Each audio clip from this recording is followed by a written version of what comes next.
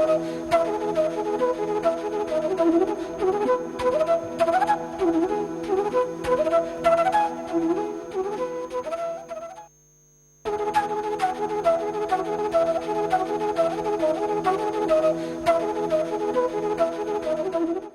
and good afternoon friends, welcome to the CEC-UGC live lecture. Dear friends, in this session today we will be discussing on Parliament of India.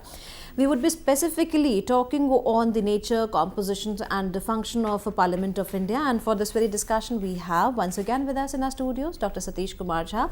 Dr. Satish Kumar Jha is Associate Professor in Department of Political Science, Aryabhat College, University of Delhi. Dr. Jha has immense experience and his experience would definitely help us out in understanding about the Parliament of India in detail. So let's welcome our guest Dr. Satish Kumar Jha and let's try to grab maximum knowledge from him. Hello sir, welcome to Data Set Lecture. Thank you and good afternoon. In fact, today's lecture we are going to devote on the Parliament in India. Of course, it will be divided into two parts. Part 1 today I will essentially focus on the nature, composition and function, but in part 2 I will take up the issue related to the debate on the parliamentary democracy in India, particularly the way the two houses of parliament have functioned and the debate which has originated around it, that how far it has justified the hope and aspirations of the people, particularly the framers of the constitution and the people in democracy, so far as in terms of its conduct, in terms of the redemption of the pledges which were made at the formative phase of Indian democracy. So this will be of course the part of my second lecture, that is after this lecture. Today's lecture of course will be devoted to the question of the nature, composition and function of Indian Parliament. Now of course, as it is well known that India has a parliamentary form of government, a parliamentary democracy, and but that is not the entire story. India's parliamentary democracy is characterized by a number of salient features which are basically not purely based on the parliamentary principles as they emerged in United Kingdom, Britain, which is considered to be the mother of parliament, particularly the British Parliament. In fact, India has tried to combine the features of the federal system which originated in United States of America, and of course the parliamentary features have been harmonized with the federal features. So therefore, at times India or Indian case is referred as a federal parliamentary system, not purely as parliamentary system. Now, what are the features of this federal parliamentary system? That is also important from the point of view of understanding the functioning of the parliament in India. Of course, it is also to be remembered that in most of the Commonwealth countries who were erstwhile colonies of Britain, this combination has been has become a kind of rule rather than exception, whether it is Canada, Australia, New Zealand or for that matter India.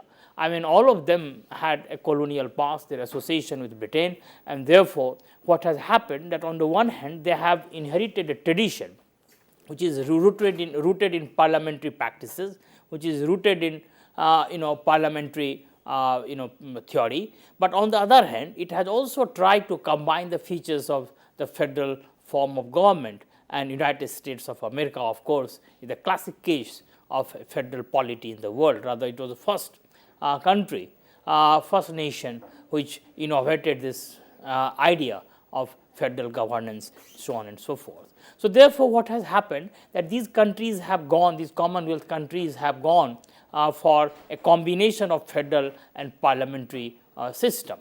Now, this combination was largely based on this understanding or this premise that federalism is perhaps the requirement of the complex societies, plural societies, where there are multiple identities, and therefore, only through a federal form of government those identities could be accommodated or these identities could be harmonized with a democratic process. Therefore, federalism was basically in need of power.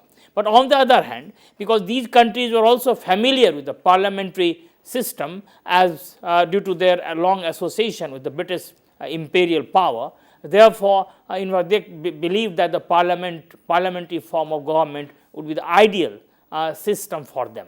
Now, how to combine these two things? Because these two systems, the British and the American systems, are poles apart so far as their institutional design is concerned. In fact, United States of America is based on the principle of separation of power, particularly the doctrine which separate the three arms of the government, legislature, executive and judiciary. On the other hand, the parliamentary form of government rather fuses this three form of government, that is legislature, executive and judiciary. Now, this combination of course had to be achieved, and this was achieved with lot of novelty. It was achieved with lot of ingenuity, and that is reflected in India's constitution. So therefore, so far as Indian parliament is concerned, it is a supreme political institution. In fact, the two important functions which it is supposed to discharge, one is the function of representation, another is the function of legitimacy. Of course, in fact, one can say that it is a direct institutional expression of this statement called "We the people," which occurs in India's preamble, when it said, "We the people of India solemnly resolve to constitute India into secular socialist democratic republic." After particularly the 42nd amendment, the socialist and secular have been inserted in this preamble. So therefore, this is a direct institutional expression of this statement, "We the people." Of course, you should also remember that this statement in recent years has also caused a lot of debates and lot of controversies, particularly with many social movements challenging the legitimacy of the representative institutions, saying that since "we the people" is part of the preamble, therefore in fact the people's will should be given primacy over the will of the parliament. Particularly it emerged few years ago when there was a demand for creation of a Lokpal in India, and those civil society organizations which were spearheading this movement, they tried to basically privilege this notion of popular sovereignty, that is will of the people over the will of the parliament, that it is the people whose mandate should be final or whose will should be respected in terms of framing of the laws. Of course, in fact, it is not possible here to go into that debate, but therefore what we have to see that in India we find that the parliament becomes the supreme political institution representing the will of the people. Of course, as I was mentioning earlier, that number of modifications have been attempted here, and those modifications between the two, modifications largely resulting due to the combination of two polar systems, the American federal system and the British parliamentary system. American federal system, as I was mentioning, based on separation of power, and the British parliamentary system based on the fusion of the three institutions or three arms of the government. Now, these modifications have also been necessitated because of fundamental rights in the constitution, the parliamentary and federal features, the provision for judicial review, and then there are number of other dimensions in Indian constitution which basically necessitated a combination of both federal and parliamentary feature. And therefore, in fact, as I was mentioning earlier, that India is known neither a purely parliamentary form of government nor purely a federal system based on the American principles. Rather, it is often referred as a federal parliamentary system like many other Commonwealth countries. Now, why India went for a parliamentary form of government? Why India decided to basically imitate the British parliamentary system, in fact, is important question here to look into. In fact, one of the reasons, as I was mentioning earlier, that India's long association with Britain due to its colonial past necessitated, or rather basically required that some sort of institutional arrangement should be made with which people were familiar with, and Indian people were more familiar with the parliamentary system because of its association with the British colonial power. In fact, there was another dimension which was referred by Ambedkar in the Constituent Assembly, particularly when he was winding up the debate on the draft constitution. He said that there are two principles of government existing in the world. One is that a system which gives more primacy to stability, and then there is a system which gives more primacy to responsibility and accountability. And here he referred the presidential form of government of United States of America, which gives more importance to stability, whereas the parliamentary form of government in Britain, in his opinion, gives more weightage, more importance to responsibility and accountability, because he argued that in parliamentary form of government there are two types of auditing of accountability. One is the daily auditing and accounting on the floor of the parliament through question hour, through debate, discussions, etc. and etc. And then there is a periodic auditing, and that periodic auditing takes place through periodic elections. So therefore, there are two types of auditing, and the people, particularly the voters, the citizens in democracy, are armed with these two tools to keep a vigil, a check on the government, on the executive. And therefore, he believed that India decided to go for a system which gives more responsibility and accountability compared to the presidential system, in which you have more stability and less responsibility and accountability, because there you have only one type of auditing, that is during the elections. And in this case, he referred American and the Swiss model. Now, of course, this was one aspect which is to be, which is also important to remember, that how this accountability and responsibility aspect is important. Now, 2-3 things are to be remembered. So far as the function of parliament is concerned, essentially parliament is believed to discharge 3 important functions. One is the representative representational function. The second is the deliberative or function related to the debate, particularly the way the parliament debates issues. And under this deliberation and debate comes this entire question of controlling the executive or controlling the government, because only through debate and deliberations that parliament can render control on the executive and the government, can keep it in check, can continuously do auditing of its conduct and its action. And then there is a third function which is equally important, is the law making function, the way laws are made, because legislature in the in the theory of government, legislature is essentially endowed with the power to frame laws, whereas executive is supposed to execute laws, and judiciary is mandated to adjudicate so far as the law making and law implementation is concerned. So these 3 functions, the representation, deliberation, debate and law making, these are normally considered to be the important functions of parliament, not only in India but world over. Now we have to see that how in India this parliament has discharged these 3 functions: representation, deliberation and debate, and the law making. Of course, law making function is important because once constitution is drafted, once constitution is created, whether it is in form of amendment or it is in form of ordinary law, not in the constitutional law but the ordinary law, it is the parliament which is basically the ultimate or the final authority to take a call on this, to make laws, to frame laws. So therefore, this law making function is equally important. Now, of course, in India we have to see that in the classic case of the parliamentary democratic system, that is Britain, parliament's will is supreme. Whatever parliament does, no one can question. So much so that this famous Ramsay Muir's statement that British parliament is so sovereign that it can do anything on the earth except turning a man into a woman and a woman into a man. So that sovereignty of parliament in fact does not exist in India. It is, as I was mentioning, that number of things have been modified keeping in mind the Indian situation. So one of the important modification is also in this respect, the parliamentary sovereignty, and this is of course shared by Indian judiciary also, particularly through the doctrine of judicial review, which is essentially the feature of the American system.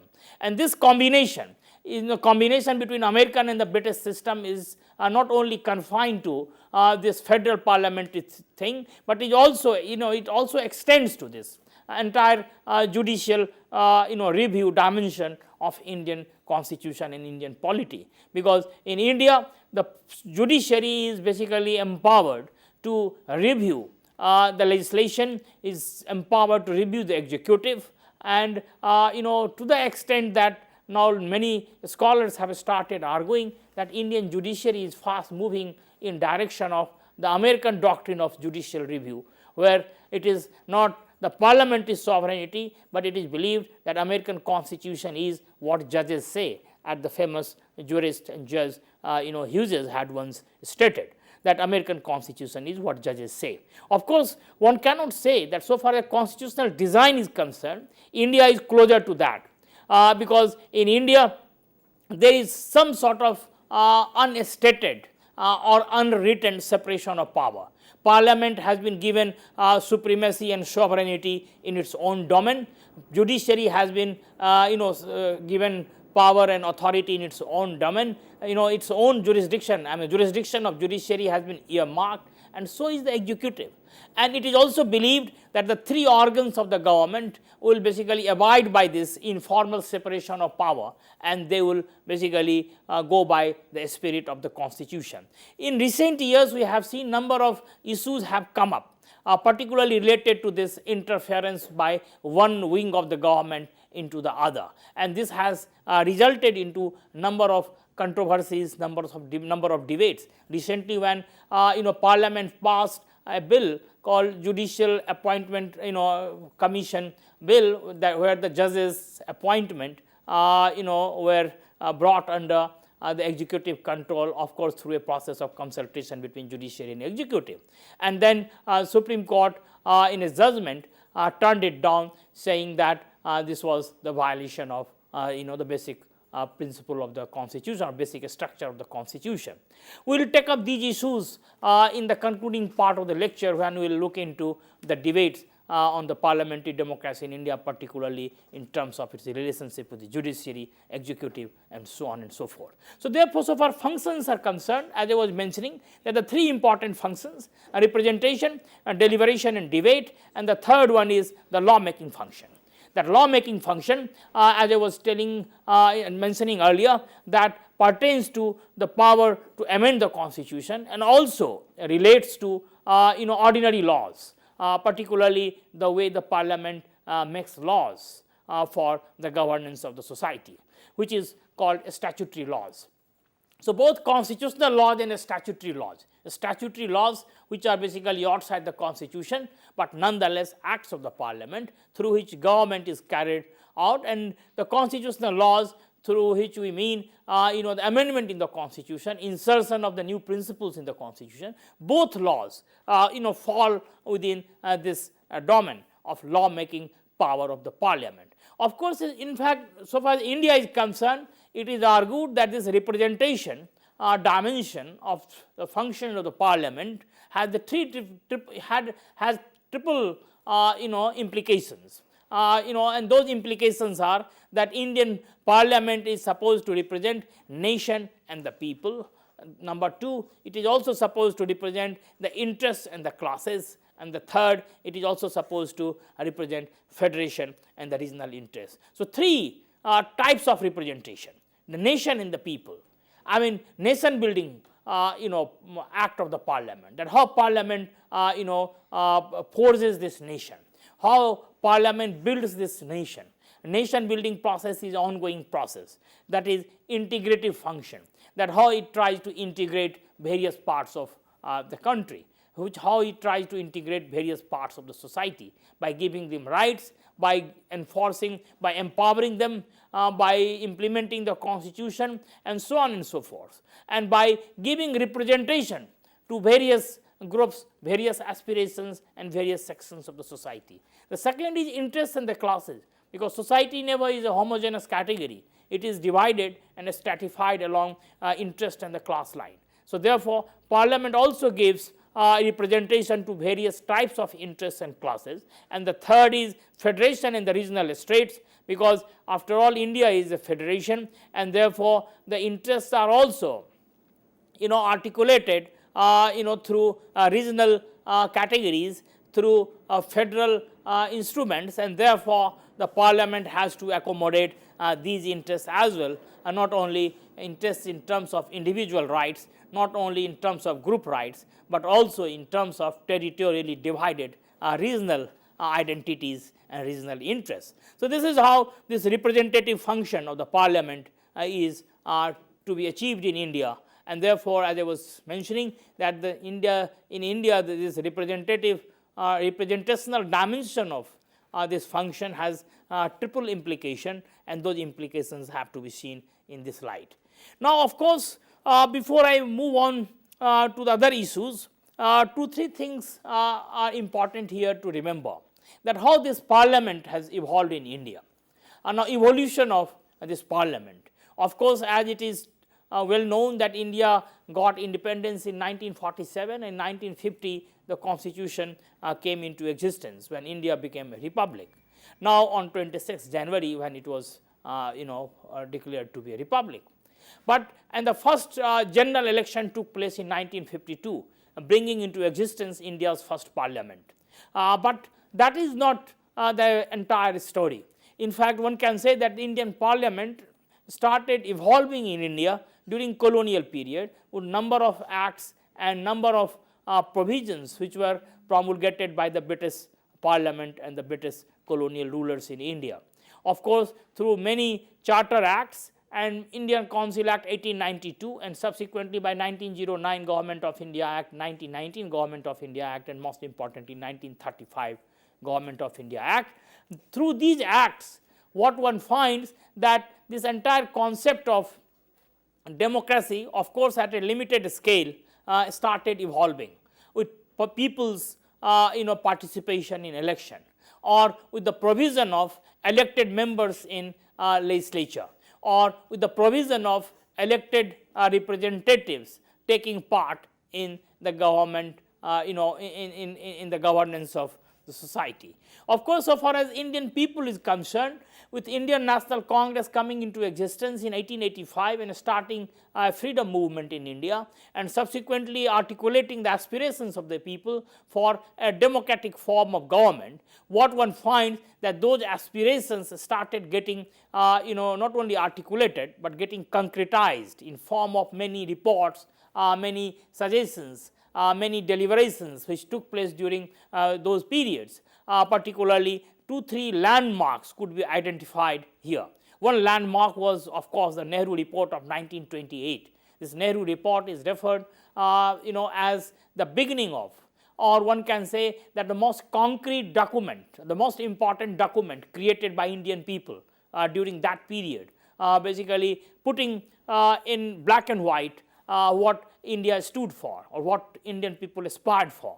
Nehru committee was headed by Motilal Nehru, who was one of the most eminent nationalist leader of the period, and this Nehru report along with Sapru committee report, which came much later, these are the two important documents which are often referred as basically the significant milestone so far as the evolution of parliamentary democracy is concerned. Because Nehru report talks of universal adult franchise, it talks of fundamental rights, it talks of number of things, it talks of bicameralism. So therefore, number of features which characterize Indian constitution, Indian polity, particularly the way the parliamentary democracy has been visualized and imagined. Some of those features one could see basically finding a place in this Nehru report, and similarly the Sapru committee, which came later, also articulated some of these aspirations. But the most important landmark in terms of the evolution of Indian parliament, of course, is the Constituent Assembly deliberations, often referred as CAD. Now, this Constituent Assembly deliberations or Constituent Assembly debate, as it is called, basically gives one the impression that how Indian people, how representatives of the Indian people, how Indian nationalist leaders who were basically part of this assembly, how they imagined and visualized a future for India, a future which will be more representative, a future which will basically more accountable, and a future which will be more democratic. And therefore, when number of issues were debated and discussed, and finally when they settled for a system called parliamentary form of government, or the way they basically put in place or the way they framed the constitution, the way they made provisions for various arms of the government, the executive, legislature and judiciary, tells one the entire story, or gives one this impression that how Indian people were basically keen to have a system which is not only democratic but a democratic in terms of its representational, in terms of its accountability, in terms of its many other dimensions which should find place in this entire new design of institutions and ideas. So, therefore, Constituent Assembly debate is one important landmark in terms of the evolution of India's parliament and parliamentary democracy. Of course, we will look into these issues, the compositions as per the constitutional mandate, that how constitution has given a scheme, elaborate a scheme through which the two houses of parliament are to be constituted, because India is a bicameral system having two houses of parliament. In fact, the lower house is called Lok Sabha and the upper house is called Rajya Sabha. Of course, Rajya Sabha is upper house as well as the federal chamber, because this house is considered to be the expression of federal federal dimension of the polity, because the constituency through which members are elected are not the territorial individual constituency, but it is basically constituted on basis of regional and federal framework of the polity. So, this bicameralism is an important feature. Of course, we will also look at this issue, that what are the essential considerations behind this bicameralism, because of course, in India for the first time this bicameralism emerged after 1952, and this bicameralism has another corollary, the classical corollary, one coming from the federal system of United States of America, another coming from the British parliamentary system. As it is commonly said that in Britain, this upper house of the parliament, that is House of Lords, is a decorative body, is a ceremonial body. It does not have effective function vis-a-vis House of Commons, which is the lower house. Whereas in United States of America, the upper house, that is Senate, shares equal power with the House of Representatives, which is the lower house, because Senate is a federal chamber and United States of America is a classical land of federalism. Therefore, all federal rights, all federal aspirations are supposed to be articulated and channelized through this upper house, that is the Senate. That is not the case with the House of Representatives.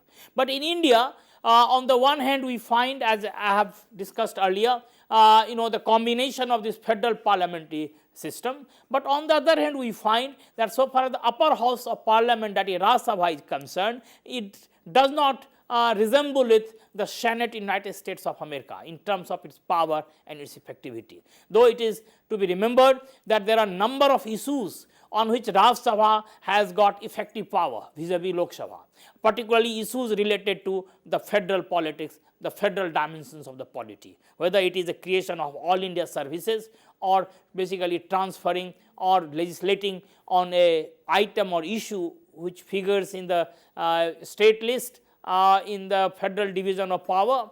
And so, in fact, there are a number of federal issues on which we find that Rajya Sabha has given an edge over the Lok Sabha. But otherwise, we find that normally it is the Lok Sabha which has this overriding power over the Rajya Sabha, whether it is money bill or its ordinary bill or particularly or any other thing related to the legislation. Of course, only in the constitutional amendment we find that Rajya Sabha has some sort of veto, because if it is not approved by the Rajya Sabha and even if it is approved by the Lok Sabha, it will not be carried through, and there is no provision for a joint session or joint session to break the deadlock. So, therefore, Rajya Sabha has some sort of veto power on the constitutional amendment. But on all other matters, what we find that Lok Sabha has the overriding power on the vis-a-vis the Rajya Sabha.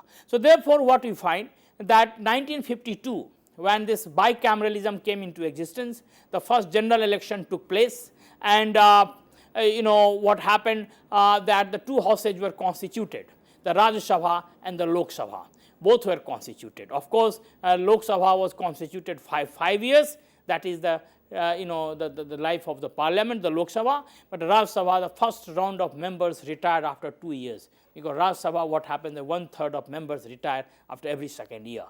So, therefore, the first round, those who basically became the member of Raj Sabha, 1/3 of the members retired after second year, and this is how the system started working later. And then it was based on the system of adult franchise as well, that this adult franchise was also a new dimension which was not there, because as I was mentioning earlier, that during colonial period the franchise was limited. Of course, it was limited in two respects, in terms of property qualification and literacy, and therefore very a minuscule percentage of people had the voting rights. But with 1952 Parliament, with Indian Constitution declaring universal adult franchise, what we find that these new features of Indian democracy emerged. So this is how the Indian Parliament evolved, has had this evolution. In 1952, we find that this democratic dimension of Parliament coming into existence. Thank you.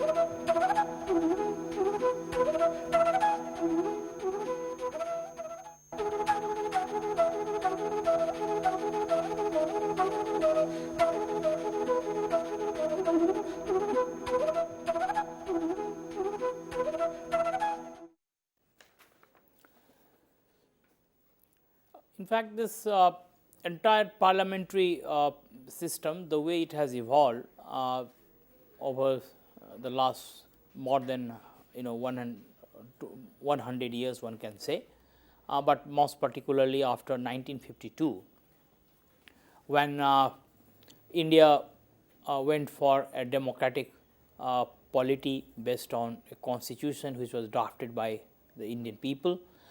In fact, one important feature of this parliamentary system was bicameralism.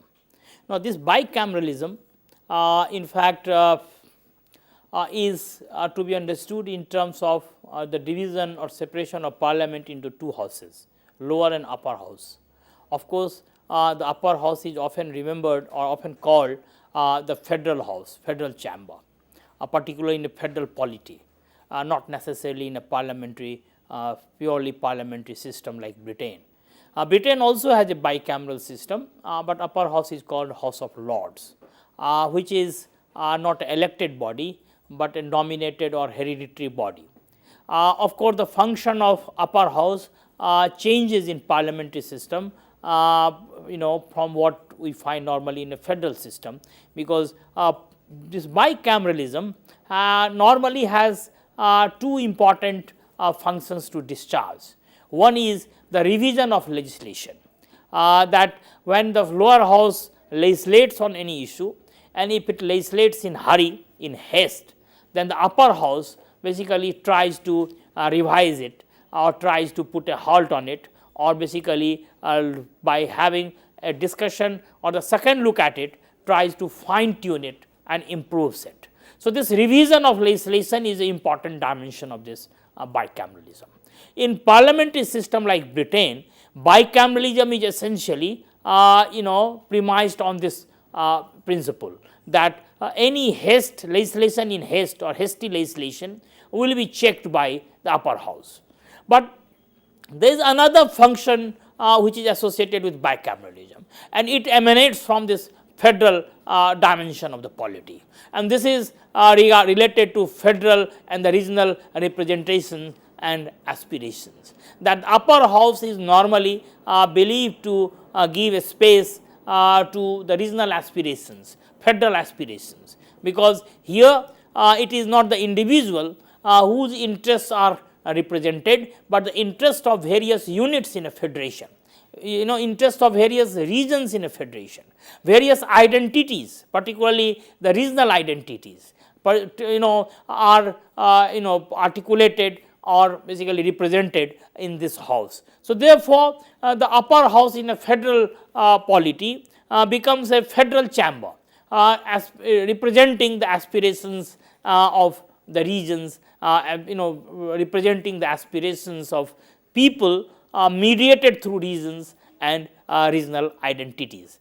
Of course, in India, it is argued that is bicameralism, two functions of bicameralism, one related to bicameralism as a whole, whether it is parliamentary or federal, that is revision of legislation and keeping check on hasty legislation. This is true with both federal and parliamentary, but one is purely federal function, that is acting as a federal chamber. And therefore, as I was mentioning earlier, that United States of America Senate has been given overriding power in many matters, because United States of America is a classical land of federalism, unlike Britain, which is a parliamentary form of government, where the upper house is a nominated house, a hereditary house, House of Lords, where people, the members are not elected by the people. They do not have the same legitimacy as the members of the lower house, that is House of Commons. But United States of America, the Senate not only carries the same legitimacy, but the representation in Senate is also premised on the principle of equality. Every state in United States sends 2 members to the Senate. So, in fact, this equality principle, that all states have equal say in the governance, federal governance of the nation by having equal representation in upper house. But that is not the case in Britain, because Britain does not have that requirement to fulfill, that is the federal requirement. Coming to India, what we find, that in India, because this combination we find in number of things, and this combination is quite salient here, particularly in this constitution or composition of this upper house, that is Rajya Sabha, we find that there are certain features which are closer or similar to the federal features of United States of America, because on federal matters, as I was mentioning, that Rajya Sabha has given more power vis-a-vis the Lok Sabha, that is the lower house. But on certain other matters, we find that it deviates from this American precedents, and sometimes it appears that it is an upper house of a unitary system like Britain, not a federal system like Britain, because the Rajya Sabha, number 1, there is a provision for nominated members, which is of course a kind of anachronism so far as the federal polity is concerned. And number 2, the Rajya Sabha's role has been checkmated, or has been reduced in number of areas, particularly in financial matters. We look into these issues, that where Rajya Sabha's role has been reduced. But on the other hand, what we find, that this this parliamentary or parliamentarism, one can say, has muted this federal principle of Indian polity to great extent. Now, of course, debate has started that in order to make Indian federal polity more vibrant and more effective, we should have a second look at the composition of Rajya Sabha. First of all, this asymmetrical federalism, that every state having a different type of representation. For example, there are states which send only 1 member to Rajya Sabha, like Manipur, Tripura, Goa. On the other hand, there is one state, that UP, which sent 31 members to Rajya Sabha. So, this asymmetrical, that every state has a different size and a different dimension to its representation in the upper house in terms of the number of members it sends to the Rajya Sabha. So, therefore, this asymmetrical nature of states, so far as the representation is concerned, is often highlighted as one of the anomaly of Indian federal polity or Indian constitution. Of course, the classic study of Indian Parliament, which was done by Maurice Jones, the British political scientist in 50s. In fact, Maurice Jones pointed out that the track record of the Rajya Sabha, in terms of protecting or articulating the regional aspiration, has not been laudable, because it has not done that much which is perhaps expected from a federal chamber. Of course, he also pointed out that on certain occasions the Lok Sabha in fact outclassed Rajya Sabha in terms of articulating the regional concerns and aspirations. Of course, with the advent of coalition politics in India in recent years, what we find that the Rajya Sabha, the nature of debate, discussion in Rajya Sabha or the function of Rajya Sabha has started changing. But how this coalition politics has impacted this entire functioning of Parliament is a matter of discussion and debate. We will take up this issue in the last part of our discussion, when we will look at this the new features of Indian parliamentary democracy, particularly in terms of a shift from one party dominant system to multi-party system, and a shift from one party government to minority government and to this coalition government. So, this of course has had implication on the functioning of Parliament as well. So, therefore, what we should remember that bicameralism is an important dimension of Indian Parliament, the two houses, upper house Rajya Sabha and the lower house Lok Sabha. Coming to this question of composition, that how the two houses are basically composed. The Rajya Sabha, which has 250 members, and these 250 members are divided like this, that 238 members are elected by the various legislatures of India, various state legislatures, and the 12 members are nominated. And as I was mentioning earlier, that this nomination principle is some sort of an anachronistic feature of Indian constitution, that why a federal polity has this principle of nomination. Of course, this nomination of 12 people is also it is mentioned in the constitution that on what basis these 12 members will be nominated. They are to be nominated on basis of their contribution in literature, their contribution in science, their contribution in art, and their contribution in social service. So, from these four fields, people who have excelled, people who have contributed significantly, they can be nominated by the President of India, of course, on the advice of the Council of Ministers. Now, this Rajya Sabha is basically is elected. The members of Rajya Sabha is elected on basis of proportional representation, a system called PR system. Unlike the Lok Sabha, where the system of representation is different, it is first post the past system. So, this PR system is a system through which members are elected to the Rajya Sabha. Of course, as I was mentioning earlier also, this entire composition of Rajya Sabha is based on asymmetricalism, asymmetrical federalism as it is often referred to. In fact, UP has 31 members, and Goa, Manipur, Nagaland and some other states have only 1 member. So, therefore, this is how we can see the composition of Rajya Sabha. Coming to Lok Sabha, the Lok Sabha has 550 members as per the constitutional mandate. 530 members have to come from the states, and 20 members have to come from the union territories. At present, the total strength is 545. 530 members are coming from the state, and 13 members are coming from the union territory, and 2 members are to be nominated by Anglo-Indian community if they are not properly or adequate, they do not have adequate representation in the Parliament. Of course, the system of representation is first post the past system, unlike Rajya Sabha, where it is the proportional representation system. There is one more dimension, there is one more feature of this composition of Lok Sabha, that there are certain seats, there are certain constituencies which are reserved for scheduled castes and scheduled tribes, and therefore, in those constituencies only the members belonging to these communities can contest election. Of course, so far as the voting right is concerned, every adult Indian can vote, but so far as the contest in the election is concerned, it is open only for these two communities, scheduled caste and scheduled tribe.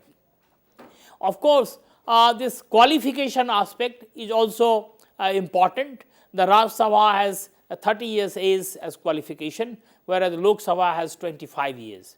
Of course, it is also mentioned that no membership, of course, no one can become member of both houses of parliament as well as the member of either house of the parliament and any one state legislature. Of course, there is one example, because it is also mandated that if someone is member of one house or member of a state legislature and becomes a member of parliament, then within 6 months he or she has to resign his membership in one of them. But there is one interesting case in which in 1999 Girdhar Gomang, who was the chief minister of Odisha, in fact he had not resigned his membership from Lok Sabha, and therefore when the confidence vote was going to take place, in fact and every vote mattered because it was a coalition government, unstable government, he came and voted on this basis that he had not resigned his membership of Lok Sabha, though fact of the matter is that he had taken oath as the chief minister of Odisha, and Girdhar Gomang voted. The matter, many members in the Lok Sabha objected to it, but finally the speaker, who is the presiding officer of the house, his final verdict went in his favor.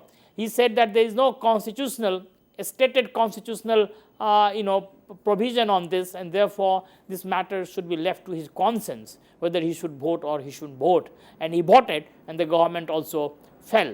So this is one interesting case where one can see that this grey area in the constitution, that keeping membership of only one house and resigning from the other house within 6 months, how this was misused by one member of the parliament.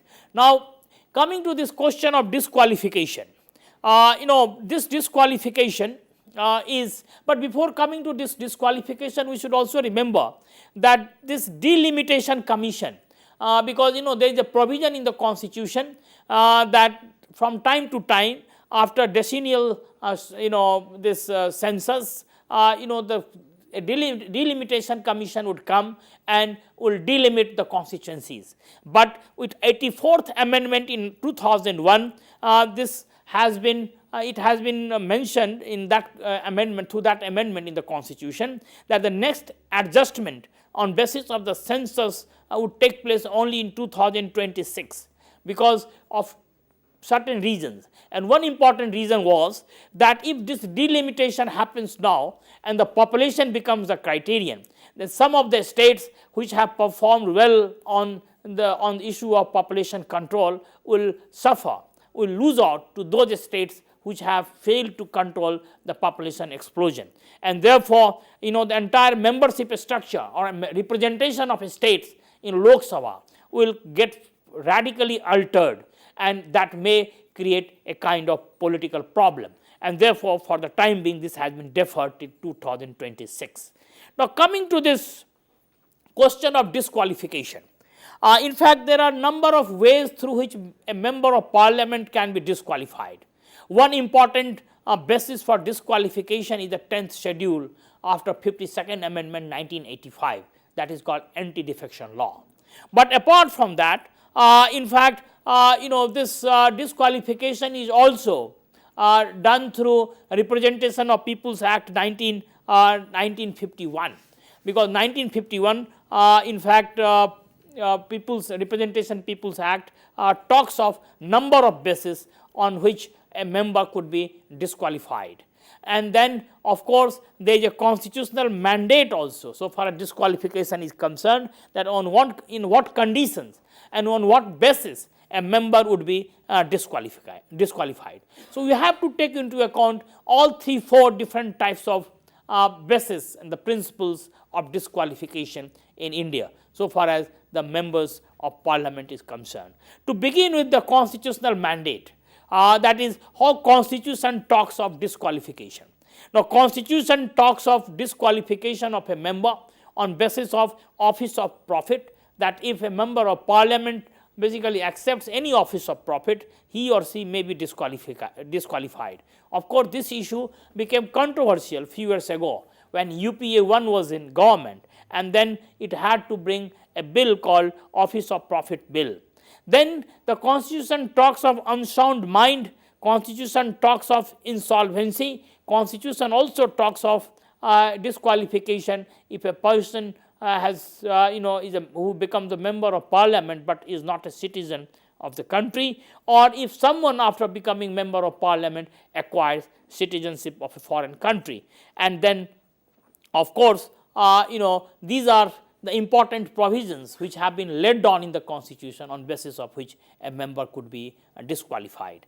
Now of course this anti-defection law, that is the 10th schedule, is another criterion on basis of which a member could be disqualified, that a member after getting elected to the house joins another party, and he can attract disqualification under this law. Similarly, if a party gives a whip to a member and the member disobeys that whip, that also becomes the basis of disqualification under this anti-defection law. So therefore, in fact, this anti-defection law, as it was passed in 1985 through 52nd Amendment and finds its place in 10th schedule of the Constitution, is another important basis for defection of for the disqualification of a member of the parliament. Of course, so far as the final so far as this disqualification under anti-defection law is concerned, it is the presiding officer of the house. In case of Lok Sabha, it is the speaker. In case of the Rajya Sabha, it is the chairman, who is the ex officio, because the vice president of India is the ex officio chairman of the Rajya Sabha. Of course, there is also provision of a fine of 500 rupees if someone sits in a house or participates in the proceedings of the house before taking oath, or having a knowledge of his being disqualified and still he participates in the proceedings, he may be fined for that. Of course, then there are other ways in which one can relinquish one's membership, or one's membership could be terminated. Now there are a number of ways available for that. For example, through resignation, a member can resign, and therefore in fact by resigning one can simply relinquish his membership. But then there is also provision for termination of membership, and that is also equally important, resignation and termination, and both have been controversial in India in last 7 decades. Now of course, before I take up this issue of resignation and termination, one should also remember that with the death of a member, the membership gets terminated, and then again this election takes place, which is called by-election of against the member whose death caused this vacancy.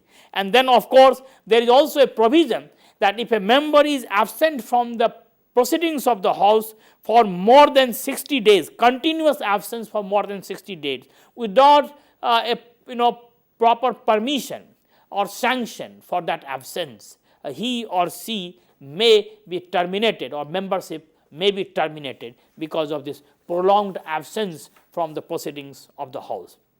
Now this resignation controversy is quite significant here, because once there is one precedence. For example, in 1974 a movement was going on in Gujarat. It was called Gujarat Nav Nirman movement, and this movement activists forced many members of parliament to resign or to sign the resignation letter. And of course, it was not a voluntary willing resignation, but it was a forced resignation, and therefore the 33rd amendment of the Constitution had to be done. And under this amendment, it was stated that whether resignation is forced or voluntary has to be judged by the presiding officer of the house, whether the member whose resignation has been tendered has resigned voluntarily or has resigned under duress. So therefore, the presiding officer has to find out that what were the circumstances governing the resignation of the member. So, therefore, this controversy necessitated this amendment. Of course, I was also talking of earlier, the termination of membership under Representation of People's Act 1951, and this disqualification, rather the disqualification of a member of under Representation of People's Act 1951, and this disqualification happens on the charges of offence and under section 8 of this Representation of People Act 1951. Of course, these charges have been laid down in quite detail, and the basis for those charges are like this. Number A, promoting enmity between groups. B, practicing or promoting untouchability. C, exporting prohibited goods. D, membership, accepting the membership of unlawful bodies. And number next, the FERA violation, and then of course Narcotics Act of 1985, if he or she comes under Narcotics Act of 1985 and the TADA Act of 1981. So these are these are the criteria on basis of which a member could be disqualified under Representation of People Act 1951. This disqualification under Representation of People Act 1951 would be for 6 years, and of course this disqualification process will start after the imprisonment of a person is over. So of course this is very significant, that how Representation of People's Act also becomes the basis for the disqualification of a member. Of course, there is also provision that a member could be disqualified for indulging in corrupt government practices, and this disqualification is for 5 years, whereas disqualification under the Representation of People Act is for 6 years. Now, of course, for corrupt electoral practices, a member could also be disqualified by the President, and this disqualification is also for a period up to 6 years. There is a famous instance or famous case related to Mrs. Indira Gandhi versus Raj Narayan in 1971, after which the emergency was also declared when Allahabad High Court passed a judgment disqualifying Mrs. Indira Gandhi, who was the Prime Minister of India at that time. So therefore, one can see that how this disqualification of a member from the Parliament, the two houses of Parliament, is an important aspect of this parliamentary procedures, parliamentary composition and parliamentary functions. Of course, there is a provision for loss of membership of the House, as I was mentioning, that can happen because of prolonged absence. It can also happen because of the punishment meted by the House on any basis, and the most important basis is the privilege motion. And if a member is found to be violating the privileges granted to a member, he or she could be terminated, her membership could be terminated. And there are 2-3 important instances of it. 1978, again Mrs. Indira Gandhi was her membership got terminated because the Privilege Committee found her guilty of violating the privileges of the Parliament. And 1976, Subramaniam Swamy was a member of Parliament. He was also, his membership got terminated because he was found indulging in anti-India campaign during emergency. And recently in 2007, 10 members of Lok Sabha and 1 member of Rajya Sabha were basically disqualified and membership got terminated when they were found in a cash for question scam. And finally this matter reached the Supreme Court, but they couldn't get any reprieve from the court. So these are some important bases on which the membership could be acquired, membership could be terminated, and members could be disqualified. So this is how we have to see that how the Parliament is composed, how the composition of Parliament takes place in India. Thank you. With this note, thank you, sir. Thank you so very much. And dear friends, do write to us at info.cc@nic.in. We would be waiting for your feedbacks. Write to us, and we'll definitely meet tomorrow and discuss more on Parliament in India. Till then, take care. Goodbye. Thank you, sir. Thank you so very much.